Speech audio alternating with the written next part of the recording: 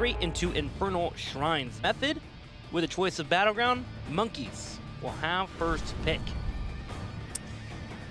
Not really the worst map for the Monkeys, 1 and 2. Sounds weird, but that's actually good for them. Whereas Method has a 1-1 here.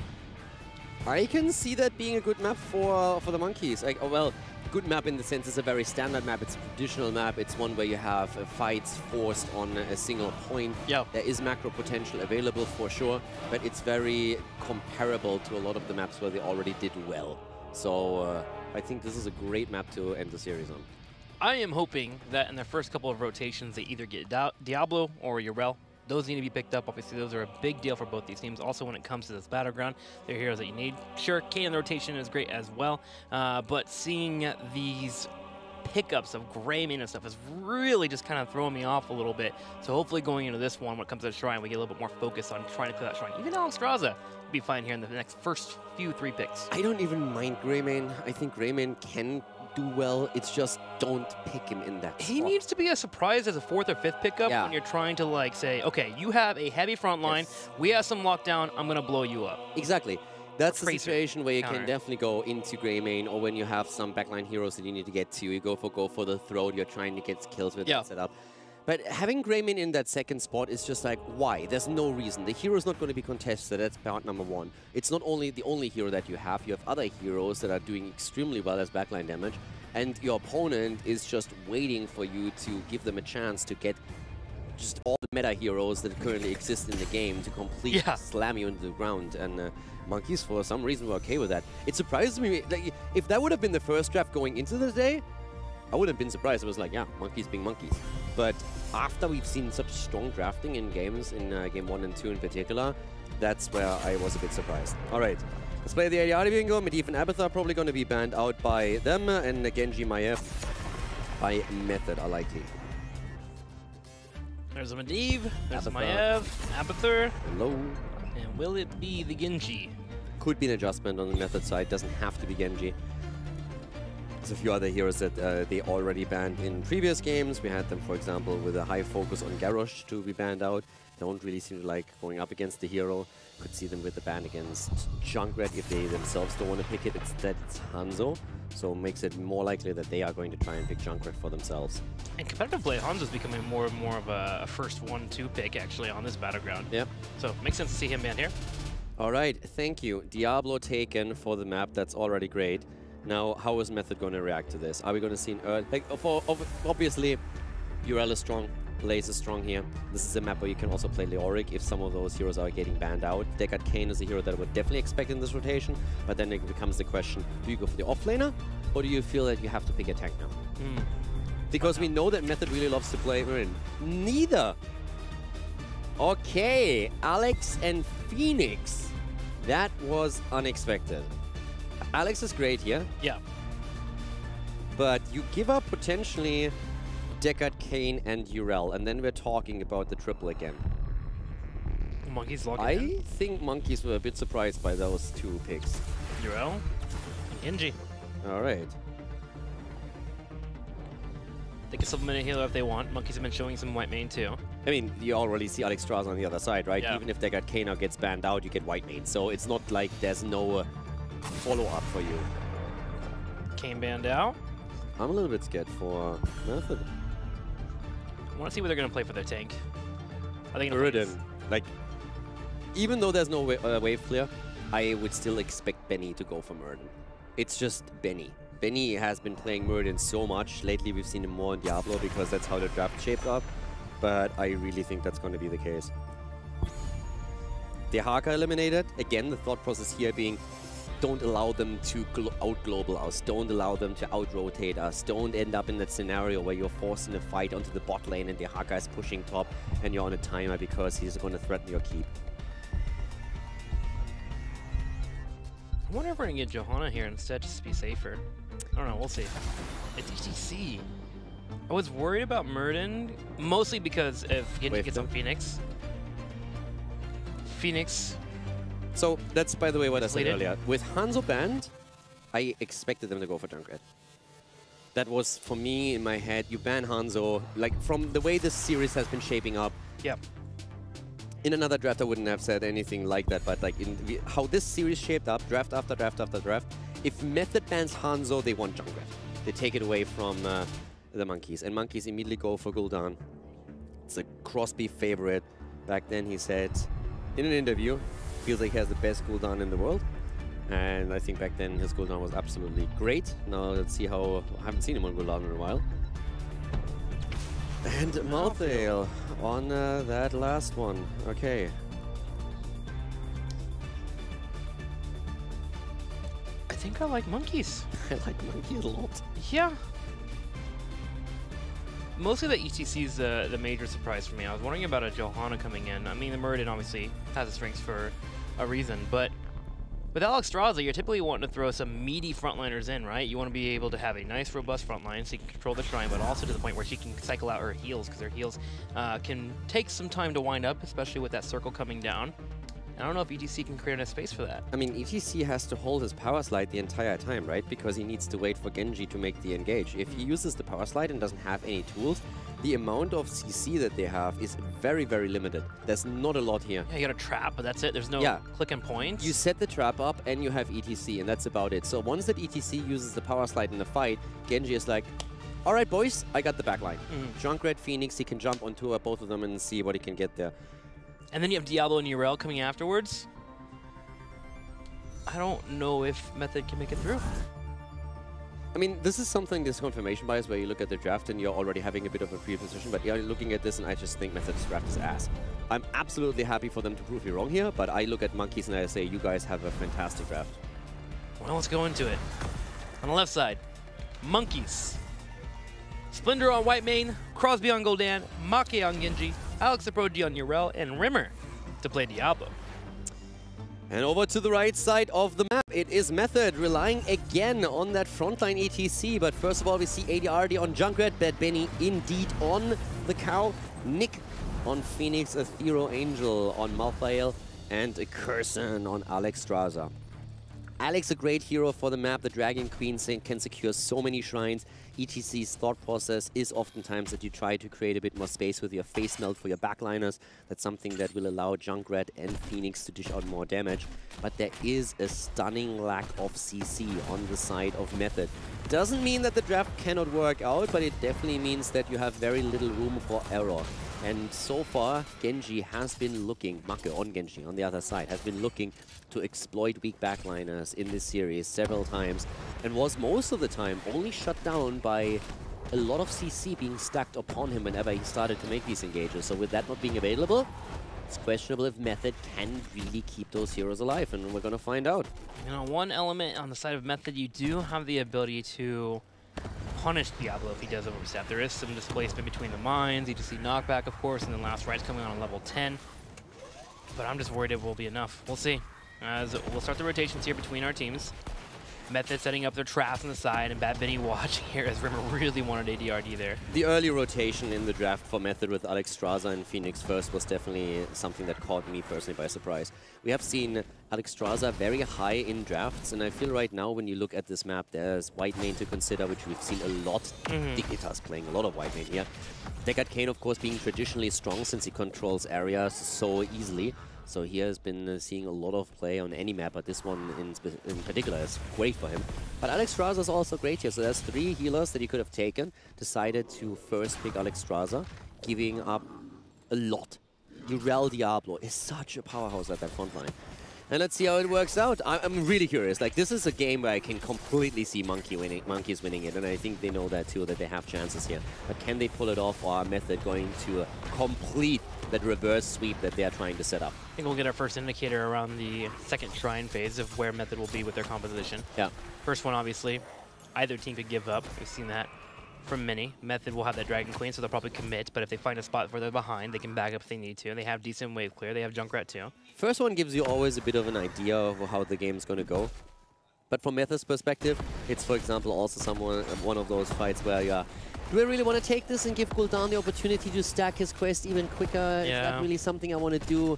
Do I get more value if I simply split up on the map and try and get some extra value somewhere else and then defend against an early game Punisher? We'll find out. So 9 camps grab for both the teams. That shrine that we were talking about, alluding to, will now be up in about 12 seconds. It will be on the south side. So our top laners will do battle of trying to push that out. Actually, Junkrat being left up here to deal with that. Genji and Whiteman and Diablo actually thinking about being a little bit aggressive in that top lane on Junkrat, trying to get a pick. So Bad Benny's actually going in. Junkrat attacked, and he's in trouble. Up at the top lane, we could see that kill come in, and he goes down. Well done, giving up and lead on the shrine, and instead going straight up to the top lane, destroying that. And with the power of the camp that they have there, they can now start pushing, and that's exactly what Urel is doing together with Genji, as we're having heroes rotate down a little bit. But you already have given up 20 stacks, so this is a Punisher where you're simply saying, we are okay giving this one up, but we need to get the experience. Exactly what we talked about earlier, that early game trade-off on the first Punisher. Next here, get some damage on Nox Prodigy. Finally, we'll be able to clear this up. Only a turret, a side wall, and half that gate being cleaned up. But 7 does hit for the monkeys. They'll buy some time and rotate down here, get on top of this shrine. And they don't really have any major hopes of winning said shrine. They're just trying to force Method to finish this off. Get that pushed in. Urel even coming down. Ooh, middle of a fight.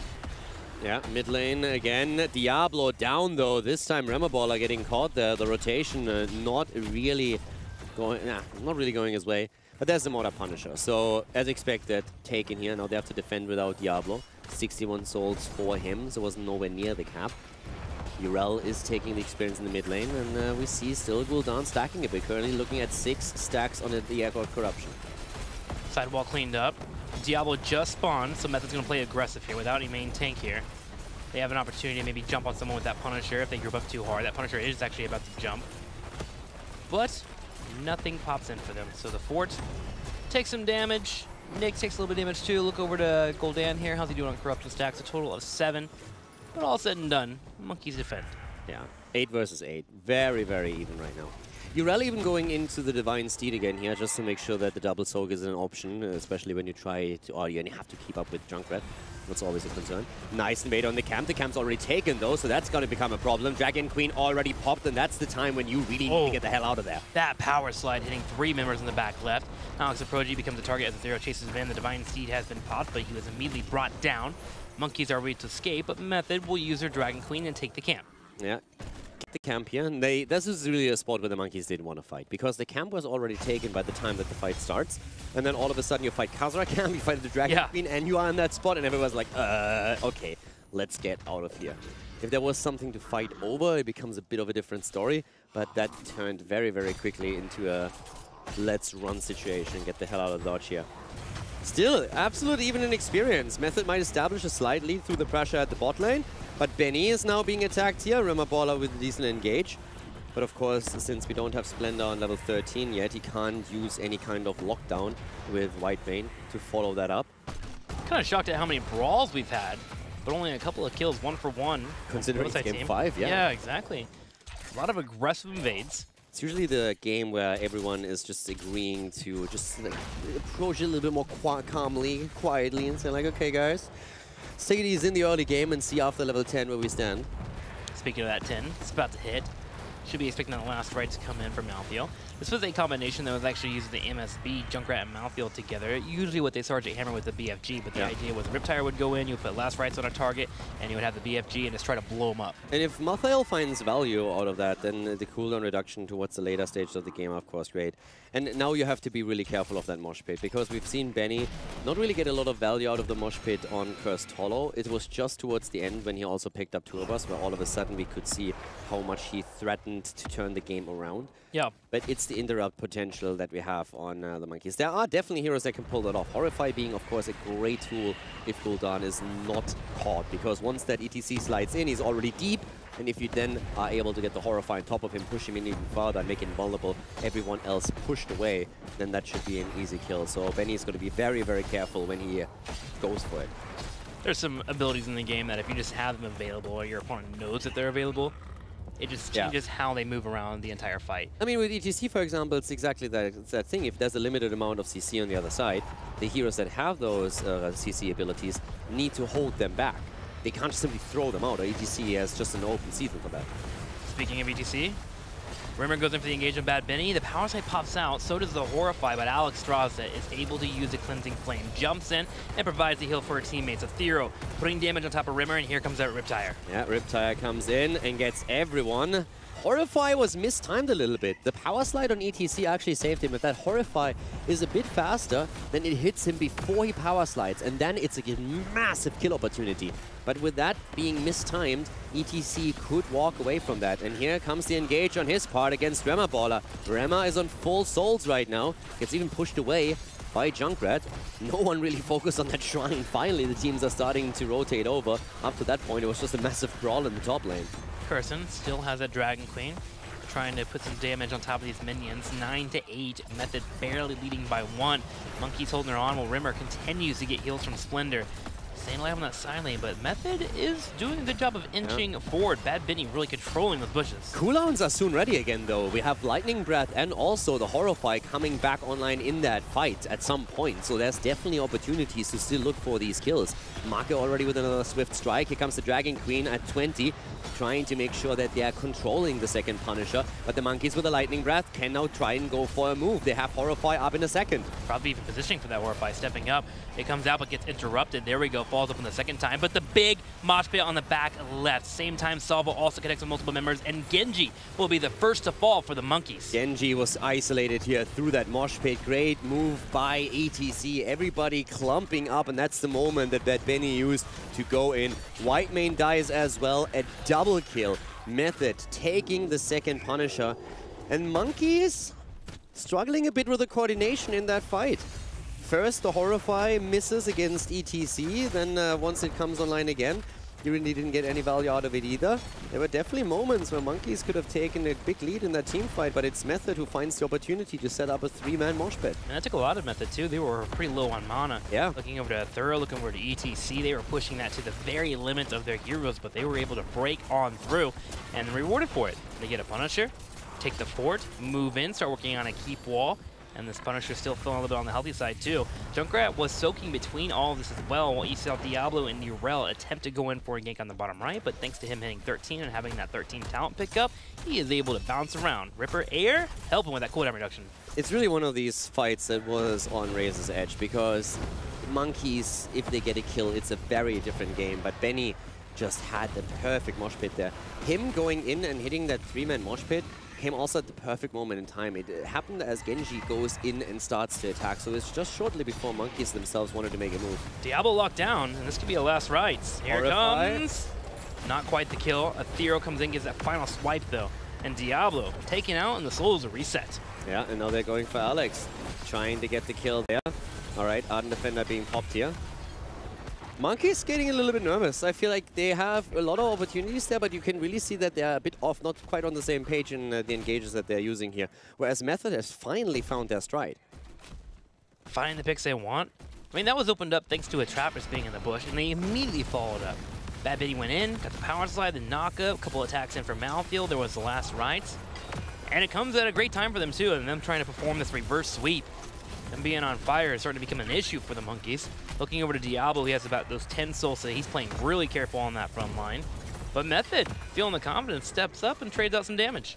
Now Method, of course, still have to be cautious, because we're still talking about Gul'dan sitting at 28 stacks, and once he has the 40 completed for his level 1 quest, then the level 16 talent is also going to give them even more damage potential. They just need to make sure that in these team fights they don't stack up the way that they did against ETC here, or that those Horrifies are followed up a bit more quickly. Okay, trying to hold his camp there. He actually knows Bevin's there. He's wanting to jump away if he needs to. There we go. He ditches out. The level 13 talent that we have now for Splendor also adds a bit more CC for the Monkeys, and I really think this is going to be super important here so that they can follow up on what Diablo is going to do. Miscommunication there, though. Whitemane thinking that Monkeys were going to fight against Method. Just drops down the Divine Reckoning. 90-second cooldown. They seem a little lost, actually. Yeah, that's a pretty big one to just burn there. And now Ford goes down, and that's level 16. Oh, is it? I mean, they should get level 16 no matter what. Oh, they're trying to get Athero, finding him, and that should be a dead Malthael. Yep. Wait. No. He's gonna fall. Let's see. Can he get there? But Diablo is tanking this fort, it's slowing him down. The rest of Method are rotating over. Okay, menu wave here, that should be fine. This is actually a really cool move for Monkey, from the Monkey's perspective, because that kill just allows them to get the structures, and it brings them very, very close to level 16. So they might actually be able to fight for that shrine, because I'm going to be absolutely honest, I thought they needed to give this one up. It looked very much like they have no chance of hitting 16 talents, but they get a kill against Malthael, and they also get the fort because they find themselves in a 5 versus 4 situation on the map. So now they can take another turret. That's great for them. All of a sudden, they are in a spot where they can even take a lead on the shrine, rotate in to get another minion wave, and then from there on, just fight on even talents. Now it's time for Ruinous Affliction 2 with that 16. Rimmer goes in, gets a combo on top of Bad Benny. They still need that talent, though. Yeah, Malthael's already rotating over, too. Method pops the dragon. They want to get the lead here before that 16 connects. Yeah, move away and get the talent, clear the wave, and then after the dragon is gone, you can still go in. That's a very early dragon from Curse. There's the 16, can wait out the dragon, and they can go for it. 20 is there, already poking, 31 stacks. Alex goes in. This is the moment. This is the moment where you can try and make that play. Where's the Horrify? Can they find that? Horrify is here, and again, it does nothing. Bad Benny just peels to the left, turns around, goes for the power slide, drops down the mosh pit. Multiple members dancing. Here's the last right, and there's a Rimmer. Diablo down, Malthael gets the kill, and now we're seeing Method going straight for another Punisher there. I mean, I'm sorry to call it out, but that's now the third Horrify that just did nothing. Having a hard time finding the targets, that's for sure. I mean, the targets are there, it's just they come too late. They have to coordinate those better. The Horrify came now in for the third time, and it actually does the opposite from what you're trying to do. You're trying to isolate one target and push it into you, and push the rest away. If you use a defensive Horrify, you're trying to simply chase everyone off. And this is now the third Horrify in a row where they were trying to go for ETC, and instead of getting him into the team, they're pushing Bad Benny back to safety. And each one of these team fights could have been won, but now Method is just completely running the show here once again. They have found their rhythm, they're playing extremely well. Benny is very cautious at the front. I mean, it's not only Crosby struggling to find the heroic, it's also Benny absolutely understanding what's going on here, what he has to be afraid of, and dancing around it the entire time. Yeah, and he keeps dashing back and forth too, changing the direction that he's going, trying to mess up that Horrify if it does come out. Rimmer goes in for an engage. The keep has been saved. There's the Horrify we're looking for. Bad Benny gets pulled in, but he still has the power side. He starts to escape while Alex approaches. He slows down anyone attempting to escape. And the Horrify also comes as Rimmer Baller doesn't have his cooldown, so there's no fallout on it. Theo turns around. Here's the last rights again. Rimmer will get locked down by a power slide. Actually survives forward, but the salvo and the Rip Tire combination help Method get one kill, then two. ADRD chasing forward as he goes straight in for Splendor. Will have a mine in a second. Can he knock him back? Looks like he won't be able to, as actually Splinter turns it around on ADRD, and he gets hit with a corruption. Nice job here by Crosby. Great kill. And also before that, Genji has fallen, but he took down Phoenix in the process, so he went for the trade here. Now we're seeing still a level disadvantage for the Monkeys, but that kill against Junkrat, and especially it prepared by Whitemane, was great play by Splendor. And it allowed them to defend the keep. That was actually the main part. Because Method, after those two kills, after the 2-for-1 trade, said, boys, we got to keep here for ourselves. And then he got shut down. Now we're fighting over a camp here on the bottom. Alex won't mind holding that at all. Here comes the Divine Reckoning, too. Giving him full heals. Alex just completely controls the space. Ethereal has to start escaping. He'll get slowed down, get auto-attack, but Crosby keeps showing away with the Fell Flames. That was an interesting fight to take from Method's perspective. That was literally Alex sitting there, hey, don't mind me if I do. Like, boys, if you want to fight here, like, be my guest. I still have my Ardent Defender. You can try and use the last rights on me 6 days to Sunday. I don't care. We have Whitemane to back us up. Like, be my guest. If you want to fight here, I'm game. Yeah, the moment that Divine Reckoning came out, you just have to walk away from that fight. At some point, it's just Method saying, like, maybe not. Yeah, not worth it anymore. They cleared that up on the bottom lane, and now we have a game on our hand. We're in the late game. 19's about to hit from Method, but Monkey's only about a half a level behind. They can soak that up. There's a big wave in the top lane that they were working on. I mean, Monkeys took a bit of a beating in most of these team fights, but it's not like they're unwinnable or anything. They have 93 stacks now on Diablo's Soul, so he's also close to completing the 100 again. Camp taken away here. It's another big one, creating some vision even. And there we go, trying to eliminate the fountain. Next shrine's going to be at the top lane. Both of the teams have already lost their fort and their fountain there. But if they can get the fort here in the mid lane, that would be great for the Monkeys, because they would be on par again with the experience that Method can show. So the composition really works for the Monkeys when they're all grouped up. And you just saw there we have the souls all stacked up once again for Diablo. So he's back to tankiness. Big wave still in the top left to be soaked up for the monkeys so they can close this gap in experience. And we have the shrine activating, as you were mentioning. So both teams will be fighting there in the top lane. And this will be moving towards keeps. The top left keep wall for monkeys has actually been destroyed. So Method can take that and push it all the way forward. If they find a kill, they can go for a core. Okay, here comes the wall stun. They're thinking about it. Not quite going for it yet. Riptire has been used for this though. There's a lot of ults that have just been popped by Method. This is actually pretty decent for monkeys. The Riptire is out. They can heal up Alex. Also, Alex Straza used her own ult. That's 2 big ones burned, half a level away from 20. This is a chance for the monkeys to really force a fight. Still Dragon Queen though, for Curson. Genji gets locked down in a trap, but no engage on him. Power slice right on Alex approaching. Oh my gosh, he gets low on health. Still hasn't popped that art defender. There we go. Finally comes in. Bad Benny is down. That's what we were looking for the entire time. There's the kill. This is exactly what they were looking for over and over and over again. And they never found it. And now, at the time when it matters, probably the most, they get the Horrify they need and they take him down. Heroics burned just before the fight as Method thought they had an opportunity. They have the early 20, but here's the monkeys in a position where they can go to 39, can soak 20 because Method has it already, and then push in for that Punisher. But look at Junkrat at the bot lane. He's making a play for that keep. He's at about quarter health. He won't be able to clear that up too quickly, but he's having help from Phoenix actually working on the minion wave that's in the middle of the map. So he gets those pushing in there, and then he can deal with that keep. Monkeys need to decide now if they want to defend that or go for a 5-man push. And they're starting to think about putting 4 in the top. They have the Punisher moving forward, and Urel's wondering if she should go back home. Yeah, they're going for it right now. They don't have the 20 yet, but HGC isn't there yet either. And when they take those 2 turrets down, they will have the Storm Talons. This is a moment where Method needs to be extremely careful. This is defendable, but you can also lose the game right here. Punisher jumps in. Nice little cleanse there from Ethereal on itself.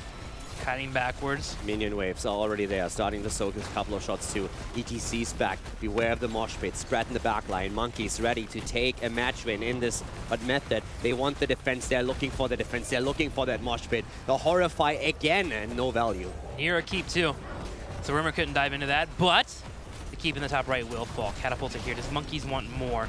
Curson drops down the dragon. He'll be healing his team from afar. Bad Benny with the bolt to the top right. Same time, gonna have Malkiel make it straight to the healing fountain. ADRD dropping grenades in the back line. Yeah, he's dropping grenades everywhere, but at that moment, they're just trying to move away here. Everyone is on the run. Marker also with his ult still active here. But this was a situation in which really all the heroic abilities that were popped by Method do so much work that they were just moving away from it. If the Horrify connects again and monkeys get another kill, they might even go for a core. But as it stands, we have the first keep of the game going down on the side of Method. So the monkeys are in the lead at this point. It's still a tight one. Like, this is really one of those situations where any kill now, any team fight that starts to go in your favor, all of a sudden could be determining the outcome of the game. Status update 2. The monkeys did not lose their keep in the bottom left. The minion wave was enough to keep it there. It did take a little bit of damage. And Gul'dan, by the way, is getting solid damage, and we could see that in the last fight. He landed 1 good corruption with also the Ruinous Affliction on level 16, and all of a sudden we had 2 heroes on less than half HP. So if he gets a full combo off, that's fantastic for them. And Horrify is back, so is Lightning Breath. We have the Hellgate. This is the closest that the monkeys have come in Phase 2 to secure themselves another match victory after they won their series against the Zealots, now roll 20. And they can pull it off. Method's doing everything they can to make sure they set up all the lanes to have them pushed out and they can focus on the shrine that will be spawning on the bottom side. But that's the issue for Method. With that shrine spawning on the south, monkeys will be able to get that top lane pushing in, have catapult pressure going in, go for that slow play similar to what we saw on Cursed Hollow in game number 1, and try to take down an opponent during that round. If you have Junkrat defending against that, suddenly a 5v4 the monkeys can force. Yeah, it's really, really close. Bottom lane, I mean, that the shrine is actually at the bottom is also something that really helps you to defend that fort again, or that keep. And talking about forts, we still have one in the mid lane here. This is all about Vision right now. You have to be so careful. If you walk into a bush and there's ETC waiting for you and it gets a power slide off and then the combo comes after, that would be brutal. But the problem is that if you fight on the point, then you have Alex Straza with her ults being stacked, and you have so many tools on the side of Method that can buy also time or force you back a little bit. That's what the monkeys are afraid of. That's why they're trying to already set something up over here at the camp. And ETC, nobody's walking in just yet. ADRD is poking. Monkeys don't want to move up quite yet. They haven't seen where HGC or Phoenix is. Yeah, this is really a moment where Method needs to be so cautious. You can't just simply engage into that. That's constant pokes. ADR, look how fast he is. He's so far behind the wall. Now they're starting to make the move. But it's already up. No one walked in. Everybody played safe. Method did not engage into this. Bruiser camp is important too. You want to offset the catapults. There's a little flower there. A pretty flower? I've never seen that. Is it a tulip or a rose? That's the question. Neither? I didn't see it, so I don't know what it was. It's on the angel side, right? No, actually not. That's why it was weird. Oh, that is weird. Interesting. All right. This is so tense. This is actually crazy right now. Method, they want that victory, and they I mean, don't get me wrong, they have the tools, but Monkeys, can they actually pull this off? Method wants the reverse sweep, and they're looking for the they're looking for power slide, they're looking for the mosh pit, but it's all about that Horrify. Can that Horrify land? Benny again is trying to bait it. Trying to also make some space here, 16 to 12. Monkeys have done a good job of stealing away a few minions, but they definitely took some damage because of it. Make will get healed up thanks to that clemency coming in from Whitemane. Bad Benny on that front line, constantly dancing around Crosby. Yeah, they're trying to go for that. Inevitable end has been used. Method is going to win that Punisher if this continues. Monkeys need at some point to go for that move. And Crosby's looking for that Horrify. Riptide in the back. Horrify is there. Can they get the kill? It doesn't look like it. It does not look like it. There's no one to follow it up except for Marke and Crosby themselves. Bad Benny still has that bolt too. Gonna have an immediate dash away here from Diablo. Alex the Proji taking some damage. Splendor as well, and Monkeys are forced to back away. But Bad Benny, he wants to get a kill. He goes in, he gets the power slide, goes for the mosh pit. Last right stacks. Rimmer will be the next one as the Punisher comes in for the kill. But look in the top lane. They want a backdoor. There is a Night Camp there, and Catapult's about to be on the core. Here come the Monkeys. They can actually backdoor. They can actually do this if they go in with everyone. There is a chance. And they're trying to. They're trying to with Gul'dan. With Gul'dan, you have so much power if you land those corruption stacks. And already the catapults are just on it. And here comes Remember, he's trying to interrupt the town portals back. He's trying to buy some time. 60% on the core. 50. Gul'dan is down. That's the big one. Gul'dan is down. Catapults are still shelling away. It's only Splendor here, though. Splendor still trying to get the damage. It's not going to be enough. It's not going to be enough. 22%, 21 on the core. With Gul'dan dying this early, there is just not enough damage available. Method will turn their attention over towards the core, and they're going to perform. They're going to get the reverse sweep on the Monkeys. Monkeys came out today and came out in game 1. Game number 2, shut down Method. Go up 2-0, but after a quick break, Method recollected themselves, got themselves back on the same page, and are able to win 3 straight in a row as they destroy the core in game number 5 and earn a win over the Monkeys. Great discipline by them, and here they go. They win 3-2 over the Monkeys.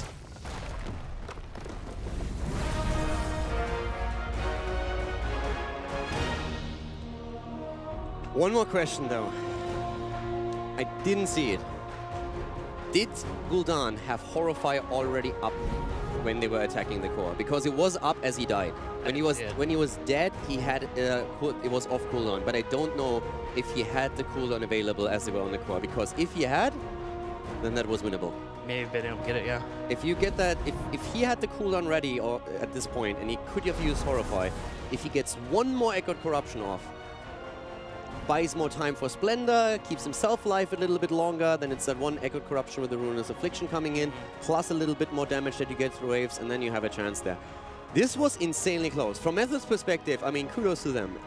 Pulling through, getting a reverse sweep is fantastic. At the same time, Method, if you want to go to BlizzCon, you have to step your game up. Especially in the early phases, man. Game 1 and Game 2 did not look good for them. Some drafting here and there, a couple mistakes. But again, being able to showcase that you can pull it together when you need to and pull out a victory is still a strength in itself. But this series, I mean, we could talk about this for days, I feel. There's so much to talk about. Method, on the one hand, yes, you pull through, you get a reverse sweep. That's great. It shows mental strength.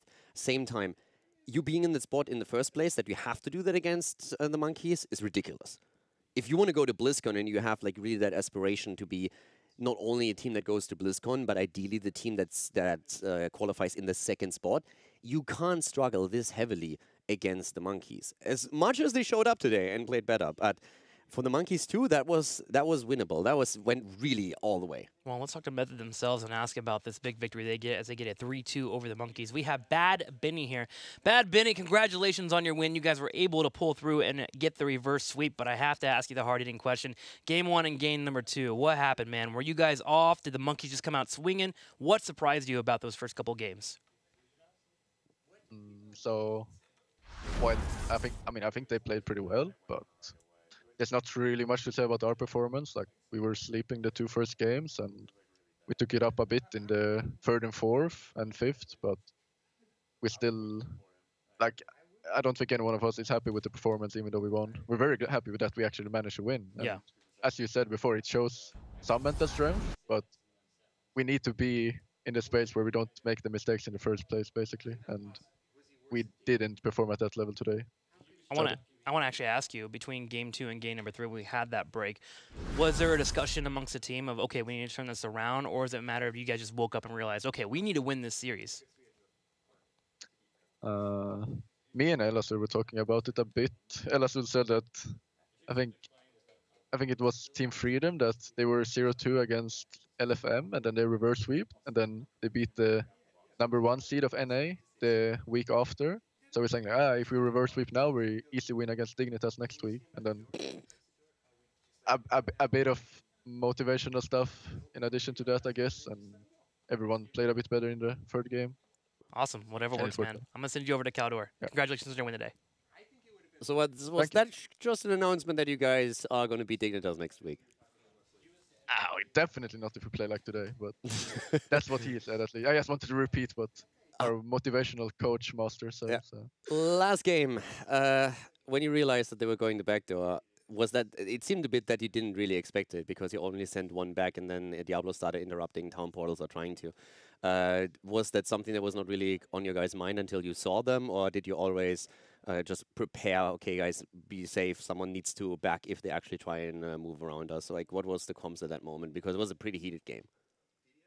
We were calling, as soon as I blink Mosh the Uriel and we got like those 2 kills, like their only move is to backdoor. So already at that point, we were calling that Junkrat should have recalled for sure, and then I think it got a bit messed up which who else was gonna recall because they almost managed to get it, sadly. But I watched it a bit, and one of the main reasons is that we didn't kill the catapults. It's like I think it was 2 or 3 catapults that kept hitting, and I think we could have recalled a bit earlier, and those catapults wouldn't have done anything.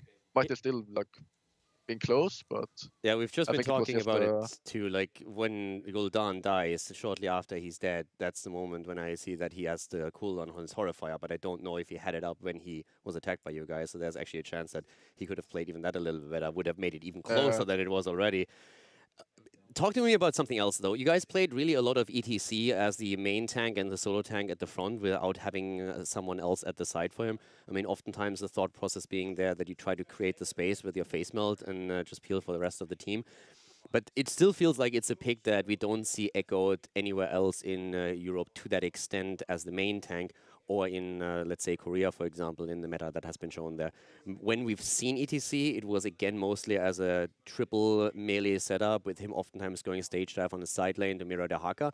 What's the thought process for you guys to prioritize ETC that highly, whereas in the, let's say, past few weeks for you, it was mostly Muradin, very high up for you in priority. It was Diablo, and we still have a Johanna around that you could play. I think in hindsight, the ETC in the first game didn't work out at all, because but ETC is good when you can just peel for your front line and you win if they go on you and you disengage properly, right? So they go in on us and I peel, but I couldn't do that in the first game at all. Like, I got way too destroyed and killed by the Diablo Maiev combos, and if they walled me, I couldn't get out. So first game was pretty bad, but this last Infernal game we played ETC a bit, like in scrims before, and it has worked out, especially with Alexstrasza, because if they have a draft that has a hard time killing ETC, he can buy a lot of space, and meanwhile you get shrine minions. And kind of worked out as planned, but we still made some mistakes during the game. through it. I was actually really impressed by how you handled Gul'dan, because he, I think, lost 4 horrifies against you, where he's trying to predict your movements and just get a good horrify against you to follow up with a kill. And they missed all of those. If one of those, I mean, one time he caught you with a horrify, you die immediately and your team loses the entire fight. So I was really impressed with how you were able to dance around it for most of the game. So yeah. Big shout out, you guys pull off the reverse sweep, so kudos to that. And I'm excited for the game against Dignitas next week. I hope that you guys step it up a little bit, because we were surprised today. We really came in and didn't think that it would be that hard for you guys, but you pulled through towards the end, and the game just got a lot better there. So yeah, great performance again on ETC at that front line. Yeah, thank you. I mean, first of all, we have to beat Zealots tomorrow. But Dignitas left next week too. Actually, wanted to ask you about that. Let's talk about that match tomorrow against the Zealots. Zealots so far haven't gotten a victory here in the HGC. Do you guys expect to have a better performance tomorrow compared to what we saw today? So, I think looking at like the 3 games we won, we played okay, right? Like the 4th game we played pretty well, and we didn't die a single time, and we were controlling the whole game. But in the other 2 games we won, it was kind of good, but we still sneaked in like the mistakes that kind of threw it, you know. And I think if we start playing at that level at the first game versus Zealots, we can win 3-0 pretty easily, I would say.